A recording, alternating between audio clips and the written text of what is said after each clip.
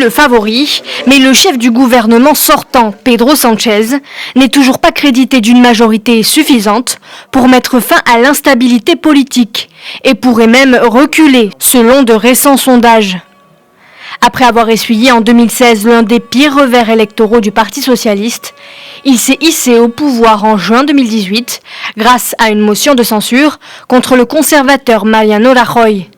Contraint de convoquer des élections en avril, après le rejet de son budget par les députés séparatistes catalans, il n'est pas parvenu à s'assurer les soutiens suffisants pour être reconduit à la tête du gouvernement.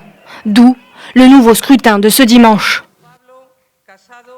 Autre candidat, Pablo Casado.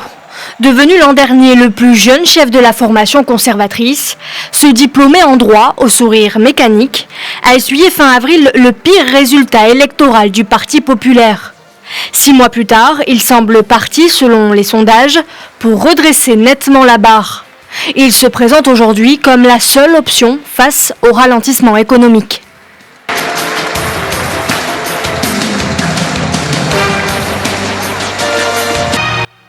Il a créé la surprise en avril.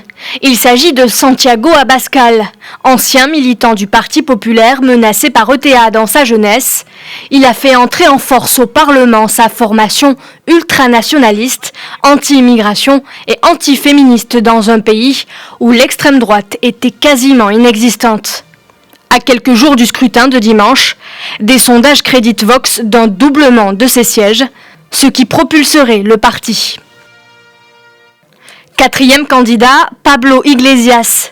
Cet ancien professeur de sciences politiques anticonformiste à la queue de cheval a contribué en 2015 à la fin du bipartisme avec Ciudadanos. Les sondages lui prédisent une nouvelle réduction de son nombre de sièges. 5e et dernier candidat, Albert Rivera. Ce Barcelonais libéral défend bec et ongle l'unité de l'Espagne face aux séparatistes catalans et un programme très libéral sur le plan économique, mais aussi en matière de mœurs. Entré avec force au Parlement en 2015, le chef de Ciudadanos a longtemps misé sur le dépassement du clivage gauche-droite avant de droitiser son discours. Les sondages lui prédisent une dégringolade.